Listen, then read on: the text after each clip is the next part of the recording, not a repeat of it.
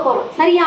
இதுல பாருங்க, இந்த மூடியில ப்ளூ கலர் இங்க் நம்ம கலந்து வச்சிருக்கோம். தண்ணியில சாக் பீஸ் வச்சிருக்கோம். இப்போ இந்த வெள்ளை கலர் சாக் பீஸ் என்னவா மாறிட்டு இருக்கு? அப்படியே தண்ணி என்ன பண்ணுது? இது சாக் பீஸ் உறிஞ்சி என்ன ஆயிட்டு இருக்கு? அப்படியே மேல போயிட்டே இருக்கு, மேல மேல போயிட்டே இருக்கு. அப்படிதானே? என்ன காரணம் சொல்லுங்க பார்க்கலாம். இந்த சாக் பீஸ்ல நுண்துளைகள் இருக்கு. நுண்துளைனா குட்டி குட்டி ஓட்டை. நுண்துளைகள் வந்து என்ன பண்ணுது? இந்த ப்ளூ கலர் நீலத்தை அப்படியே கடத்துது.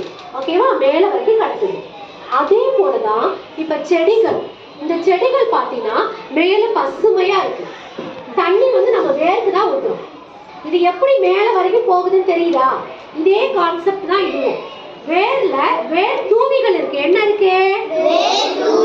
குட்டி குட்டி வேர் தூவிகள். இந்த வேர் தூவிகள்ல நுண்துளைகள் இருக்கு. அந்த நுண்துளைகள் நம்ம ஊற்றுகின்ற தண்ணீரை என்ன பண்ணுது? அப்படியே உறிஞ்சி எது வரைக்கும் கொண்டு போகுது? மேல வரைக்கும் கொண்டு போகுது. மேல இருக்க இலை தலைகள்லாம் பசுமையா இருக்கு.